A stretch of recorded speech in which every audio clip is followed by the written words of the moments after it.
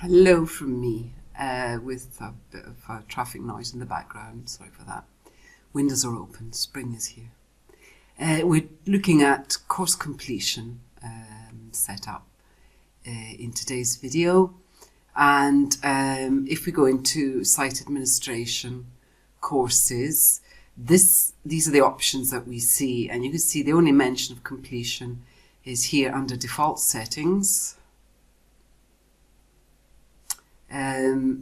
There's a complete list of all the possible activities that you can add to your course, and for each one it gives you the option of setting up the completion criteria for each one. So none at all, students must manually mark the activity as done, or you can add requirements. So this one could be view the activity.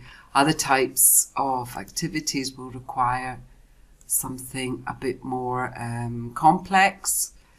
Certain items checked off, a certain percentage of items checked off and receiving a grade. So it's a bit more sophisticated. However, that is site-wide. That would be the default setting for any course, any teacher user, instructor user who was running their own courses in your site.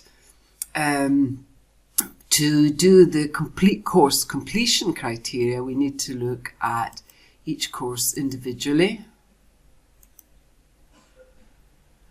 And there's the course that we've been using to do these videos. Let's open it up. And we will find course completion under more. There it is there. So, general overview. I can choose between having all conditions met or any of the conditions met. I'm going to leave it as all. Condition number 1 is activity completion. These are the activities that I've, well, I'm more place markers than anything, but let's pretend these are complete activities. I can select them all, or I can uncheck things that I'm not interested in, but I want them all done. And what do I want done with them? I want them all completed. Conditions of other courses. If there were other courses related to this one, for a prior one, a parallel one, I could put it in here and add it in as a criterion. As a criterion. I can set up the date.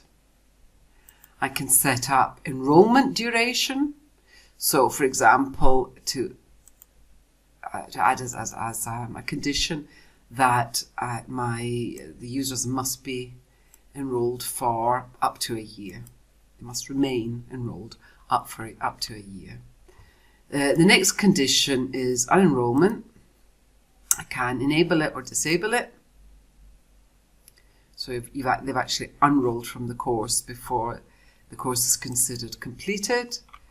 I could enable a minimum course grade if I wanted. I'm going to do that.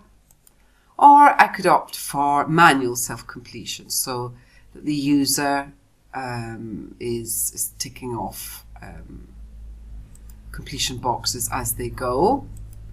Or, and this is more likely, let's say, manual completion by others, because it could be a non-editing teacher, an editing teacher, or course manager. It could be all of them.